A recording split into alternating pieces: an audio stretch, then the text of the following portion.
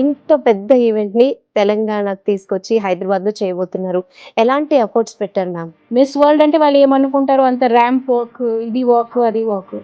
అది కాదండి. It is a global stage. ఇండియాలో ముంబైలో జరిగింది. బట్ హైదరాబాద్‌లో అయితే ఫస్ట్ టైమ్. తెలంగాణకి మా కల్చర్, మా సంస్కృతి, మా వంటకాలు, తర్వాత మా ఆర్ట్స్ అండ్ క్రాఫ్ట్స్, సో అన్నీ మేము ఈ వేదిక ద్వారా.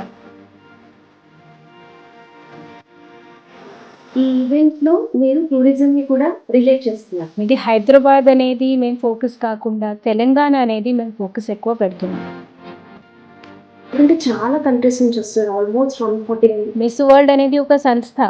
వాళ్ళది వాళ్ళ సొంత థీమ్ ఉండొచ్చు. సో వాళ్ళు కూడా ఇక్కడికి వచ్చేలా ఈ ఈవెంట్‌ని గ్రాండ్‌గా ప్లాన్ చేస్తారు. ఫీఫా ఉండొచ్చు, వరల్డ్ కప్ ఉండొచ్చు, ఒలింపిక్స్ ఉండొచ్చు. హైదరాబాద్లో చేద్దామని ఫస్ట్ ఫోకస్ మనం హైదరాబాద్లో, ఇండియాలో if they think of India they should think of Hyderabad. Countries నుంచి వస్తున్నారు కదా, వీళ్ళందరికీ ఆల్రెడీ దీని మీద అవగాహన కల్పించారా? ఎలా జరిగాయి ఏర్పాట్లు? Not only briefings about culture and heritage, but also briefings about what they should wear, because some places it is little difficult, to move. అక్కడే పెద్ద పెద్ద హీల్స్ వేసుకుంటూ తిరగడం కష్టం. మిస్ వరల్డ్ ఈవెంట్లో మన తెలంగాణ చేనేతని రిప్రజెంట్ చేసే ఏమైనా రౌండ్ ఉంటుందా? ఎక్స్పెక్ట్ చేయొచ్చా? How they are maintaining those traditions, how they are going forward with the traditions, అది కూడా లైవ్ ఇంటరాక్షన్ ఒకటి నేను పెడుతున్నాను. అంటే ఇండియన్ డిజైనర్స్ కూడా మనకి ఈవెంట్లో అవకాశం ఉంది. నేను ఇప్పుడే పేర్లు చెప్పలేను, ఎందుకంటే అది సర్ప్రైజ్ ఎలిమెంట్ కింద ఉంటుంది. తెలంగాణ అనగానే ఇక రుచులు, ఫుడ్ కూడా చాలా ఫేమస్ వరల్డ్ వైడ్ గా.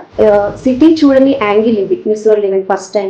సో ఇది ఎలా అడ్వాంటేజ్ అవుతుంది అంటే ఏం చెప్తారు? Because through there ice they will promote it to the world. Common people ఎలా థింక్ చేస్తారంటే అందాల పోటీలు అంటే ఓన్లీ అందం గురించి అనుకుంటారు.